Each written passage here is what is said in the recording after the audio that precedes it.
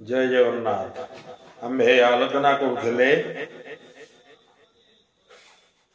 पद्मप्रिय श्री जगन्नाथ एवं जगन्नाथ कौन पाई अधा घड़ा दिय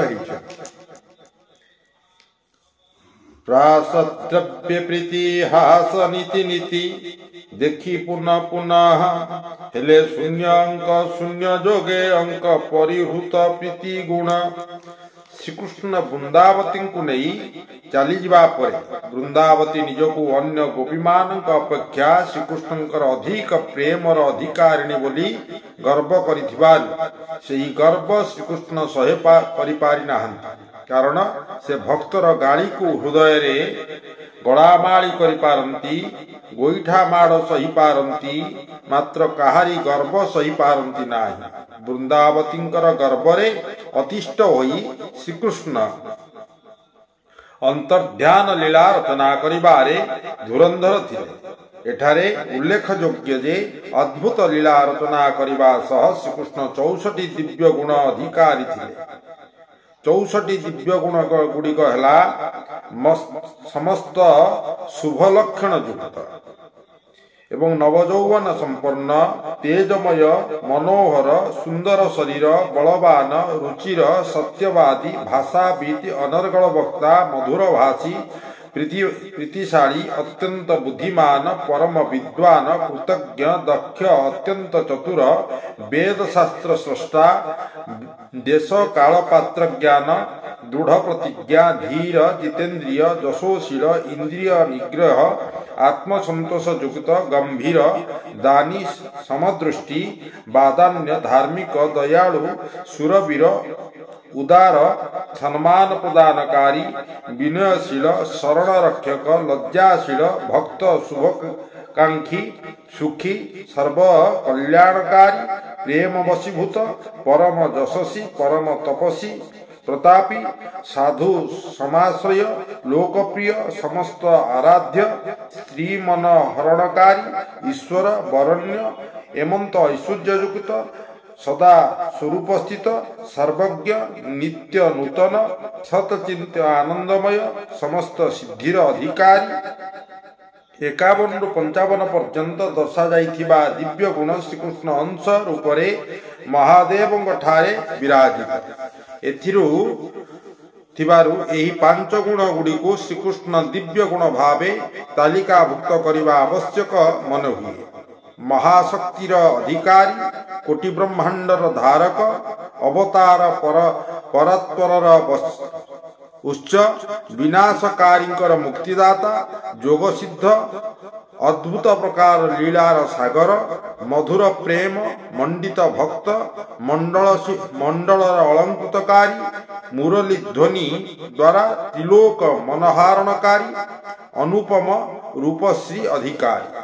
आलोचनार परवर्ती पर्यायर जोगेश्वर श्रीकृष्णंकर केतेक दिव्य गुण संपर्क में आलोकपात करा जाउ एवं प्रथमे श्रीकृष्ण किपरि समस्त शुभ लक्षण युक्त थिले ताहा प्रकाश करा जाउ। रूप गोस्वामी मतरे शरीर रे गुण तथा अंगो तथा गुण अंग भेद रे विविध लक्षण देखा जाउथाय। रक्ताभ कांति तथा तुंगुड़ा उच्च प्रशस्त प्रभृति गुण गुड़िकर सहावस्थान रे गुणयुक्त हुआ जाए।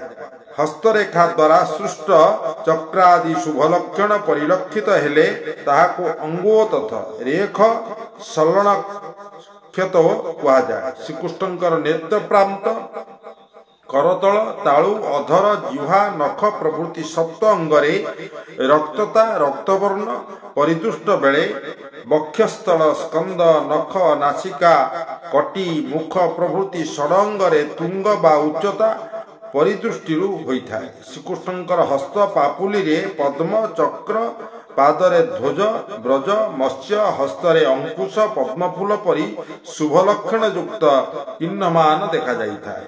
एही मर्मरे शास्त्र रे कुहा जाइछि करोयो कमलं तथा रथांगं स्पुष्ट रेखा मयात्मजस्य पश्य पदलपयोश्च बलवेन्द्र ध्वज ब्रजांको मीन पंकजानी। यहाँ पर श्रीकृष्ण किपरि नवजौवन बा ଚିର ଯୌବନ ଯୁକ୍ତ ଥିଲେ ଚିନ୍ତା କରାଯାଉ।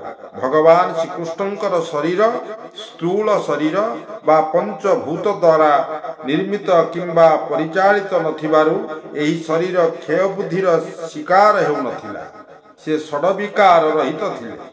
ନିରୁକ୍ତିରେ କୁହାଯାଏ ଷଡ଼ବିକାର ହେଲା ଜାୟତେ ଅସ୍ତି ବର୍ଦ୍ଧତେ ବିପରିଣମତେ ଅପକ୍ଷୟତେ ନିଶ୍ୟତି ଅର୍ଥାତ ଜନ୍ମ ଅସ୍ତିତ୍ୱ ବଞ୍ଚି ରହିବା ବୁଦ୍ଧି ବିପରିଣମ ବୟସ ବୃଦ୍ଧି ସଙ୍ଗେ ସଙ୍ଗେ କଳା କେଶ ଧଳା ହୋଇଯିବା କୋମାଙ୍ଗ ଅଙ୍ଗ କଠିନ ହୋଇଯିବା ଇତ୍ୟାଦି।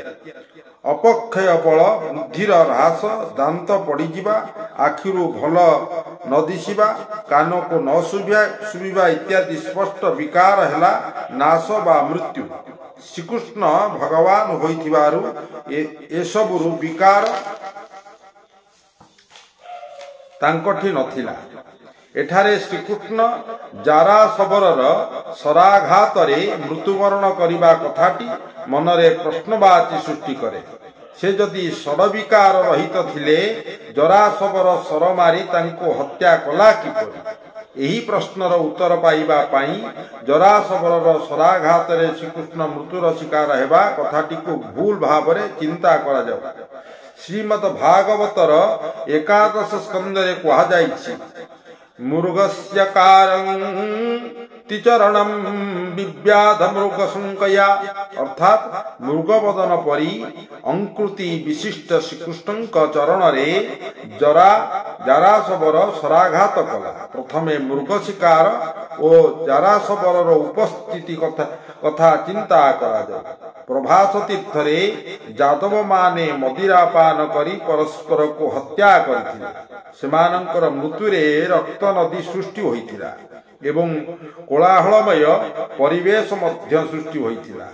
ଏପରି ଏକ ପ୍ରତିକୂଳ ପରିବେଶ ତଥା ସଂଗ୍ରାମ ଜନିତ ସଙ୍କଟମୟ ସ୍ଥାନକୁ ମୃଗ ପରି ଭୀରୁ ପଶୁଯିବା